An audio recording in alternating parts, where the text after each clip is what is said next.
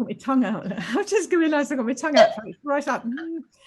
So this is Cynthia. She's come to chat to me on the silly YouTube over Christmas that I was guided to do by my guides, where we're discussing Christmas. You know, yes. Christmas can bring up so many different things for different people.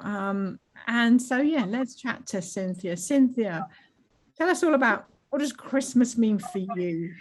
Christmas for me is, I mean, to me, Christmas is so special. I love Christmas. And usually I have my decorations up by now, but I'm moving house next week, which is insane. So as soon as I've moved and unpacked the bare minimum, the tree will be going up. But it's about creating that lightness in the midst of a really long, dark winter, let's be honest. So whenever and I still do this. I sometimes get in the car and I drive around to see all the trees and the lights in people's houses, and I just imagine, people having their happy Christmas faces, and I just love that. I love Christmas, and I remember when I first moved out and got my own house, I would leave my tree up till the end of January and sometimes into February because I loved it so much. Oh, you should be living in America after, talking this week to the lady in America. I've got another one this week coming from America as well, and they just know how to do it. She said that her husband was in the power and it just lights the house up. Yeah. I mean, I've worked in America in the past, and like the decoration. I mean, do you remember that film with Macaulay Culkin? Do you know Home Alone? Where they decorate the roofs of the houses and things. Yeah. And I mean, yes, some of it's tacky, but I just love that. And I think it's in the dark too, especially I live out in the country. So if you're driving around, to see those warm golden lights, because it's usually a nice warm orange or yellow kind of light. And just imagine that people are home and they're safe and they're warm. And that just, I just think there's a comfort in that, that you can see into people's houses and it's cozy. And that, I just find that comforting.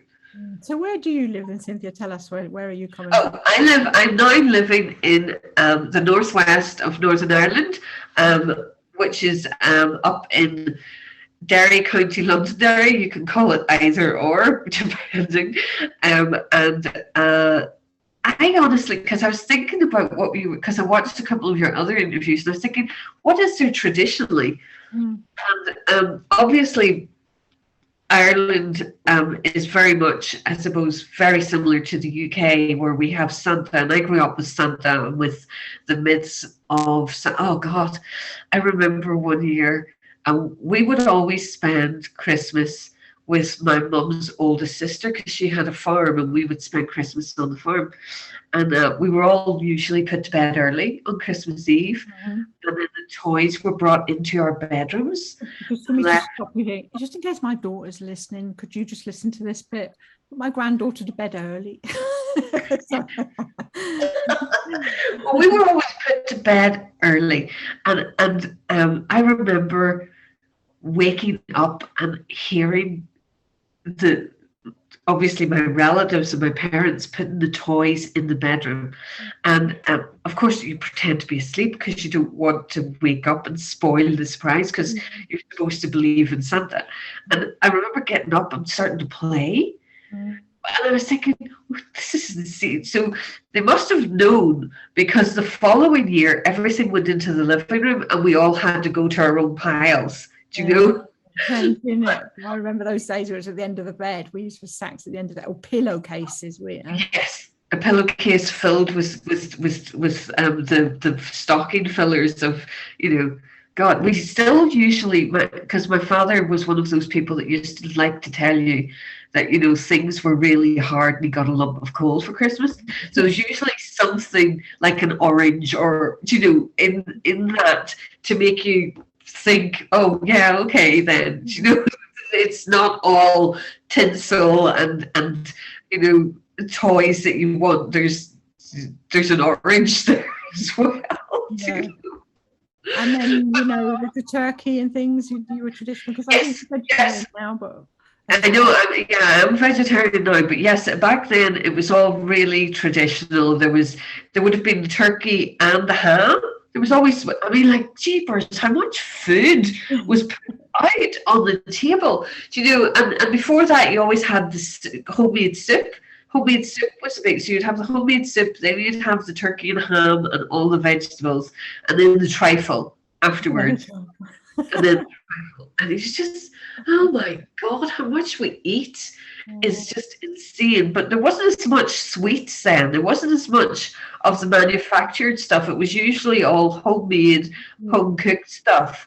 And of course, being a farm, the turkeys were actually, usually one of the animals that had been there. And that's one of the reasons why I became a vegetarian, because I just felt I can't eat something that I watched grow up. Do you know? It's just not going to happen anymore. But how does Christmas look now? What's it going to be like this year? What does it look like these days? Does it look okay? So Christmas, like I said earlier at the start, Christmas is really important to me. I mean, Christmas is one of my favorite times of the year. I don't really celebrate my birthday, but I love Christmas. But this is also the 30th Christmas that I've had without my mum. And for some reason, her 30th anniversary this year hit me really hard. So I'm just thinking about this Christmas, because I've had about 50, out of the 30, 15 maybe with family and friends and 15 on my own, because I've pretty much lived by myself ever since my mum died. And I remember the first year after she died, I tried to make that family Christmas. And I had my brothers and my sister come, and I did all the cooking. And I was trying to recreate that family. And you can't do that. Once, I think, especially for us, once our mother had gone, the glue that held us together just faded away. And I spent a lot of my 20s then having Christmases with friends. And I would really recommend that if you're on your own. Don't feel that people have invited you because they feel sorry for you. They've invited you to celebrate with them. And I've had some wonderful Christmases with other people's families, and felt really special and celebrated being there. But as I've gotten older, and as I've gotten more aware of who I am and what I want out of life, I've realized that Christmas by myself is something that I can celebrate. And I will make sure that I have human connection. I will usually go to church on Christmas Eve, the midnight service, because I love that. And then on Christmas Day, I will take Amelia for a walk. So I'm always speaking to people in the morning, meeting the other dog walkers and saying Happy Christmas and all the rest of it. But when I get home, and usually it'll take me a couple of days to prepare, because I really make Christmas special for myself. I will get a really good, intricate menu together, and I will spend days shopping and preparing and getting that ready. And then I will set a lovely table, and there'll be a centerpiece, and there'll be the tableware is going to be glistening, the plateware is going to be gorgeous, the crystal for a glass of wine is going to be sparkling, and I really make it special. I cook something fabulous, and I have, a lovely meal, because eat Christmas by yourself, you're something to celebrate. And you're celebrating that holy day. Whether you're a Christian or any other religion, it's still a holy day. So, celebrate it for yourself. And I will get gifts for Amelia, and I will make sure that she gets spoiled as well. And I'll usually this year, I've already bought my gift for myself. I've bought myself a set of 4 absolutely gorgeous mugs, because I love having something beautiful to drink my tea out of. So I've bought myself 4 absolutely gorgeous artisan mugs, that are gold rimmed, and I haven't got them yet. I can't wait to have them, and so that's my Christmas present to myself. And I love these these big warm hoodie things. I've got this one in purple, I've got one in grey, and I'm going to buy myself one in red as well, so that I'm cozy as well. But Christmas by yourself doesn't have to be lonely. You can find ways to celebrate yourself and to have connection with other people. I said earlier on to you, we talked a little bit about this, isn't it? Like I actually, if you said to me, Carly, have you been lonely? I found being lonely actually when I was married to my ex-husband. Do you just want to say loneliness doesn't always come when you're on your own, does it? No. I mean, last year I had Christmas with a couple of members of my family, and I never felt less celebrated. I felt that I had to do things to fit in. I had to pretend not to be who I am now, because I think families still see you in the box that they put you in way back when, and everybody's grown, everybody's changed. And I think sometimes going home to families, I mean, it's one of the things that if you read any of the problem pages in a newspaper or magazine, people are going, I'm dreading going home. And I'm thinking, so why do it? Because it's a societal expectation.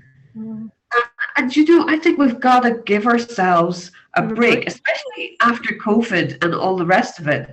Do what makes you feel right. Do what makes you feel happy. And that might be spending it with your friends from college or work or, your social life, whatever. But don't put yourself back in a situation that makes you feel tense and unhappy. Why do that? And so, Christmas, you got any precious memories, any funny memories that you want to share? Well, I mean, I remember, and this is another childhood memory, but and I was older at this stage, so I knew that Santa was my parents. But we still used to say, "What do you want from Santa?" And I said, "Oh, I want a bike." And always want a bike. Everybody wants to have a bike, but I wanted a bike. I was about 12, I think, at this stage, and I remember coming down that morning, and my brothers and my sister had gotten exactly what they wanted, and I was like, "There's no bike here. Where is the bike?" And I'd been given a little electronic keyboard.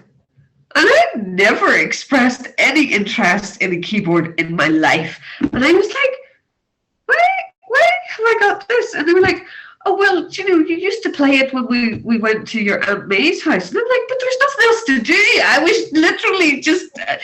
So the week after Christmas, in between Christmas and New Year, somehow, I don't know how it was, but there was a bike got for me.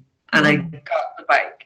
And I was like, "Well, okay then." And I was like, "Oh my God, a keyboard and a selection box." And you just think, really, that's Christmas? So I think one of the things that I learned is, if you want a gift, give it to yourself. Yeah, that's true. That's a really good. Give it to yourself, because leave it on that point in a minute. Yeah, let's leave it to that point. Yeah. Give it to yourself. If you really want something, go and get it. My husband would agree to that. Yeah. If you really want, don't expect someone to be a mind reader and decide, yes, I know this is what they want, because half the time people are not mind readers, so just go and get yourself what you want. Yeah. And take care of your heart over Christmas, and don't put yourself in situations that are less heartwarming, Put yourself in situations where your heart is overflowing with joy and love. And if that means that you're sitting in your own house with a parrot, with your parrot, and I actually bought 2 little gonks because I couldn't decorate the house because I'm moving, so I've got 2 little Christmas gonks back there just to make it something. But I'm gonna have a fire in my new house. Yeah. I'm gonna have a tree. I've got the Baileys in. I've got, I can't wait. I can't wait. Because Christmas, we've got to stop. We've got to stop believing in this narrative that we're sold on TV and in advertising. You can have a perfectly good Christmas by yourself. Absolutely. On that note, I'm going to leave you, because we've had a good old chat there about your Christmas. So thank you for sharing that. Is there any other note you just want to throw out there to anybody listening? No, I'm just do whatever it takes to make you and the people you love happy, because that's what life is about. If you take care of yourself, then everybody else will take care of themselves. Brilliant.